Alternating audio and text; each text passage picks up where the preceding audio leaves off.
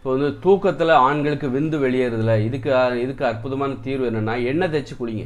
சனிக்கிழமையாக இருந்துச்சுன்னா, இந்த மழை காலத்தில் குளிர்காலத்துலலாம் வந்து எண்ணெய் தேய்ச்சி குளிக்கிறது அது ரொம்ப பார்த்துக்கணும், எச்சரிக்கையாக இருக்கணும். ஏன்னா ரொம்ப ஏற்கனவே இங்கே வந்து சீதோஷ்ணம் ரொம்ப குளிர்ச்சியாக இருக்குது. நல்லெண்ணெய் தேய்ச்சி குளிச்சிங்கன்னா இன்னும் உடம்பு குளிர்ச்சி ஆகிடும். அப்புறம் வந்து தலைவலி வர ஆரம்பிச்சிடும். ரொம்ப உடம்பு குளிர்ச்சியாக இருந்தாலும் சரி, அளவுக்கு அதிகமாக சூடானாலும் தலைவலி வர ஆரம்பிச்சிடும்.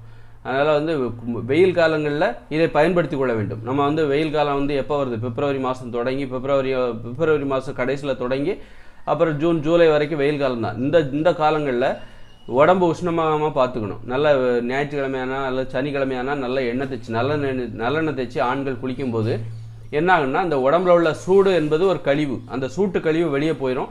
அப்போ வந்து இந்த விந்து வெளியேற்றம் என்பது இல்லாமல் போய்விடும். இந்த தூக்கத்தில் விந்து வெளியேற்றம் இருக்குல்ல, அதை வந்து தடுத்து நிறுத்தப்படும். ஏன் தூக்கத்தில் விந்து வெளியேறுது?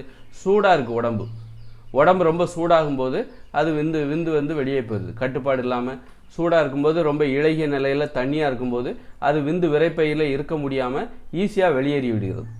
எளிதாக அது வெளியேறி விடுகிறது. தூக்கத்தின் போது வெளியேறுவதற்கு தயாராக இருக்கிறது. சூட்டின் காரணமாக அது இளகிய நிலையில் இருக்குது சூடு வந்து. அப்போ வந்து உடம்பை குளிர்ச்சியாக வச்சுக்கணும். அப்போ சனிக்கிழமை தோறும் வந்து எண்ணெய் தேய்ச்சி குளிக்கணும்.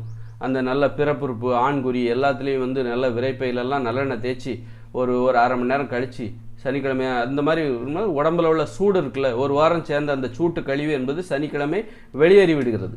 உடம்பு ஒரு இயல்பான வெப்பநிலைக்கு வருது. அப்போ தூக்கத்தின் போது உங்களுக்கு அந்த விந்து என்பது வெளியேறாது. அதனால் உடல் வெப்பநிலையை கவனத்தில் வச்சுக்கணும். அது மாதிரி உடல் உஷ்ணமாகிற மாதிரியான உணவுகளை சாப்பிடக்கூடாது. செரிமானத்திற்கு சிரமப்படுகிற உணவுகளை சாப்பிடக்கூடாது. ஏன்னா செரிமானம் செய்வதற்கு சிரமப்படுகிற உணவுகளை சாப்பிடும்போது உடம்பு உஷ்ணமாயிடும்.